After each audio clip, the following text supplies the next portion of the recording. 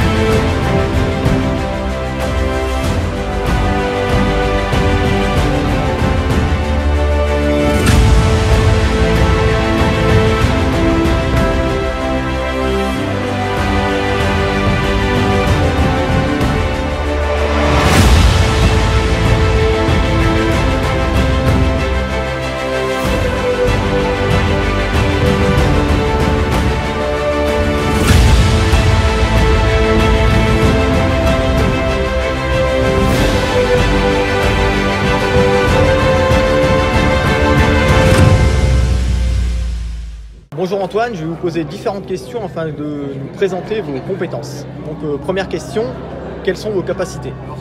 Alors moi je suis médium, je suis aussi enseignant Reiki et Lao-Chi et j'enseigne aussi quelques techniques sur l'ésotérisme. J'utilise aussi mon don aussi par rapport à la claire connaissance, par rapport à la médiumnité. Donc en fait j'ai des informations qui me viennent directement de là-haut, comme si on me les envoie par télépathie, donc je reçois des informations de ce genre-là. C'est à ça que consiste la claire connaissance. Et j'utilise les oracles, tarot et pendules. Pourquoi les gens viennent vous consulter? Alors généralement c'est pour la voyance et pour les soins. Donc en fait au niveau des soins énergétiques c'est du cas par cas. Et en fonction de ce que la personne elle a des ressentis par rapport au type d'énergie. Donc j'utilise le magnétisme, le Lao-Chi. J'utilise aussi le Reiki Shambhala, Reiki Ushui. Et d'autres techniques de soins, c'est en fonction de chaque personne. Vous enseignez aussi le Reiki. Cela consiste en quoi exactement? Alors le Reiki, c'est une technique qui est ouverte à tous parce que le magnétisme, c'est un don. Donc le Reiki, tout le monde peut l'apprendre. Donc le Reiki, ce n'est pas qu'une technique de soins, c'est aussi pour le développement personnel. Donc il y a des choses qui se développent pour nous par rapport à ça. Et on peut l'utiliser également pour les soins alors pour soi-même. Donc le magnétisme, on ne peut pas se faire un soin pour soi-même. Avec le Reiki, on peut se faire des autotraitements. Et enfin, dernière question, combien coûte une consultation de voyance? Alors, une consultation de voyance, c'est 30 € le domaine, donc c'est un domaine spécifique où je réponds à toutes les questions par rapport au domaine.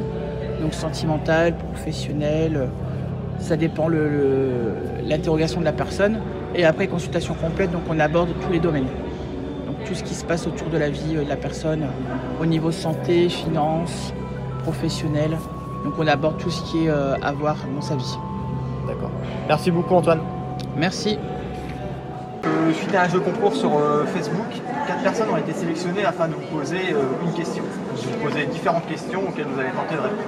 Donc première question qui est de Julie qui demande si son père va lui pardonner. Alors on me dit oui, mais avec un peu de temps. Il faut laisser passer un peu de temps pour atténuer ce qui s'est passé.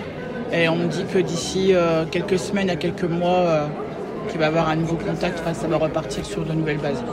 Mais par contre, il y aura quand même au début un moment où ça ne sera pas forcément comme avant. Il faut laisser du temps. Parce qu'on voit qu'au départ, il y a une instabilité et la confiance, ça se regagne avec du temps.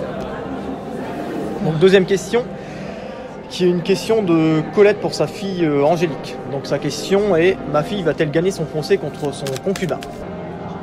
Alors pour la finalité, on me dit oui, mais par contre au départ, ça risque d'être pas évident pour elle à surmonter tout ça parce que il va y avoir des accusations.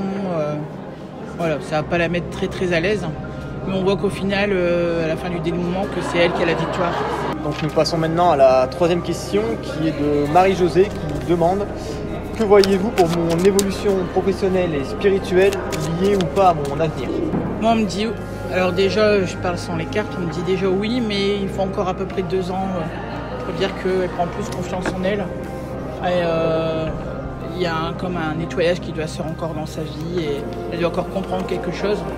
Donc d'ici 2 ans, moi on me dit oui. Il y a quelque chose aussi à développer au niveau des mains par rapport au spirituel. On ne dit pas tout de suite, mais ça va se développer pour les mains dans quelques temps. Et après, il y aura la joie, l'accomplissement. Et après, ça sera bon pour elle. Parce qu'on dit que si elle saute des étapes, ça sera pas le bon moment en fait, ça se lance trop vite. Alors dernière question qui est de Carole, qui demande pourquoi à 43 ans je ne suis jamais tombé sur une personne avec qui je pourrais construire ma famille. Moi on me dit que pour l'instant elle peut encore avoir le même genre de schéma, il faut vraiment qu'elle comprenne pourquoi ça ne va pas, qu'est-ce qu'il y a en point commun avec ceux qu'elle rencontre et analyser. Et on me dit que si elle arrive à vraiment comprendre, à se détacher de ce genre d'homme, là pour elle il y aura une évolution sentimentale. Même au niveau maison, elle va se sentir beaucoup mieux parce qu'elle sera plus dans le même logement plus tard. Si elle trouve une bonne personne, si elle a bien compris, même niveau finance. Et là, par contre, des portes s'ouvrent à elle et une vie beaucoup plus correcte pour elle, sur tous les plans.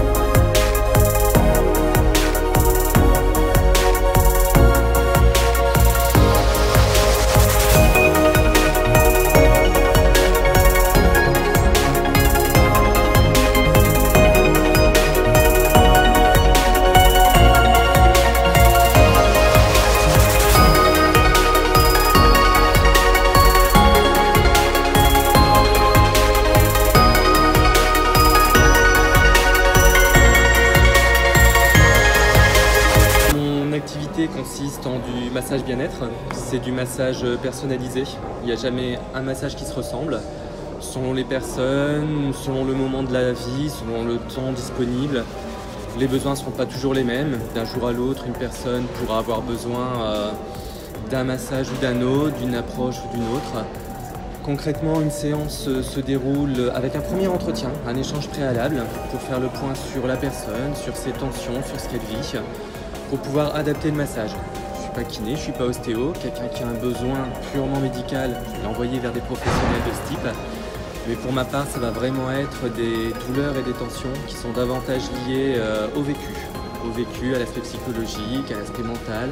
Vraiment trouver le lien entre le corps, l'esprit, ce qu'on traverse, pour que la personne finalement, je l'accompagne en fait.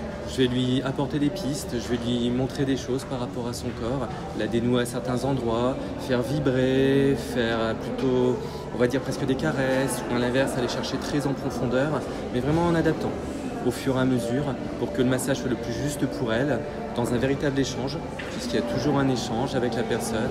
Est-ce que c'est juste pour elle? Est-ce que je peux y aller plus fort? Est-ce que je peux y aller moins fort? Et au terme du massage, l'idée, ça va être d'échanger avec elle.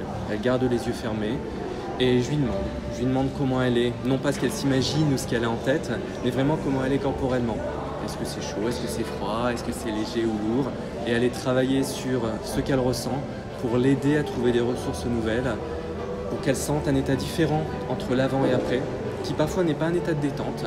Parfois il y a de la libération émotionnelle, parce que c'est le moment nécessaire, parce que c'est ce qu'il y a en elle, et c'est d'autant mieux, puisque ça veut dire que le corps a accepté d'exprimer ce que le cerveau à un moment donné ne voulait pas forcément dire, et ça permet de réconcilier la personne avec elle-même. Et je vois vraiment mon travail comme ça, vraiment être en lien avec la personne, pour l'aider elle-même à être en lien tout simplement avec elle, avec son corps, pour qu'après, elle se sente mieux.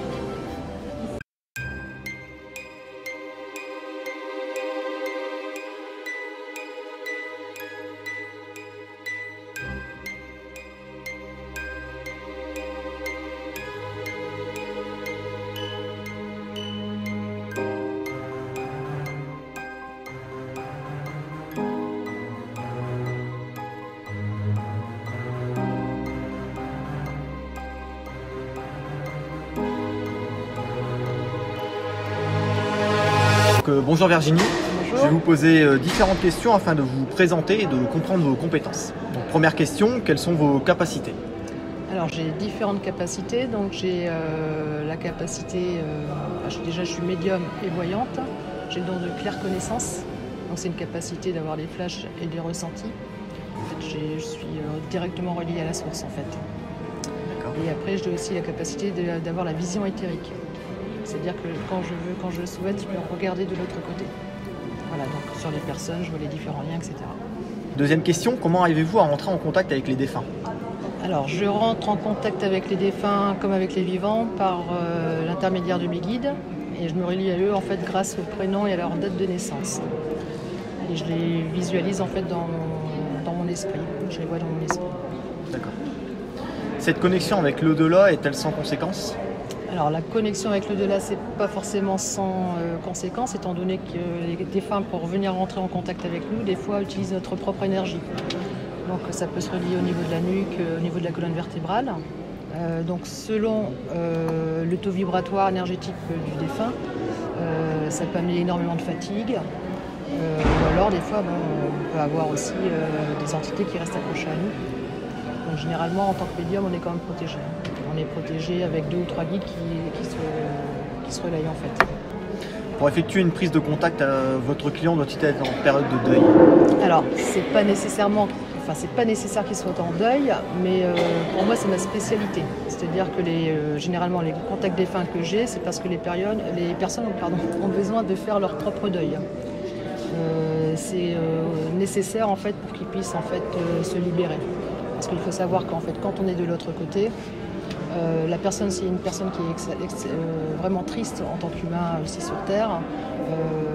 Ça puise l'énergie en fait des défunts. C'est comme si à chaque fois on les appelait, ça leur puise leur énergie, ils ne peuvent pas passer de l'autre côté. Ensuite, quels sont les bienfaits d'effectuer des soins énergétiques? Alors, les soins énergétiques. Donc les soins énergétiques que moi, en tout cas, je fais. Donc, comme j'ai don de purification, je purifie vraiment le taux vibratoire de la personne à différents niveaux vibratoires, de toute l'aura. Je recrée un équilibre en fait, énergétique au niveau des différents chakras. Et j'ai le don en fait, d'aller prendre le négatif à l'intérieur de la personne, donc, ce qui est blessure émotionnelle généralement. Et comme j'ai la vision éthérique, je vois aussi les liens négatifs rattachés aux personnes. Donc ça leur permet d'être dans un mieux-être, bien sûr, donc, quand elles sont en dépression, des choses comme ça. Ça permet de les remettre sur leur chemin en fait, de lumière. Et dernière question, en quoi consiste une reconnexion de l'âme? Alors, la reconnexion de l'âme que j'effectue, donc ça passe d'abord par une purification, d'accord, parce que je le fais automatiquement. Quand je fais un soin, je fais la totale. Ça passe par la purification du corps énergétique et la reconnexion à l'âme, c'est être en reconnexion, comment expliquer? Donc on a le corps physique, on a le corps éthérique qui est relié à l'âme. Donc le fait de faire une reconnexion, c'est comme si envoyer les gens vers leur chemin de lumière en fait. Je les reconnecte en fait avec leur destinée. C'est-à-dire que comme j'ai déjà purifié, j'ai enlevé tous les liens négatifs, etc. Des fois il y a des petits blocages, les personnes sont bloquées. Donc ça leur permet en fait de pouvoir avancer, par exemple de couper des liens avec des personnes toxiques, des choses comme ça pour pouvoir avancer sur leur chemin de lumière.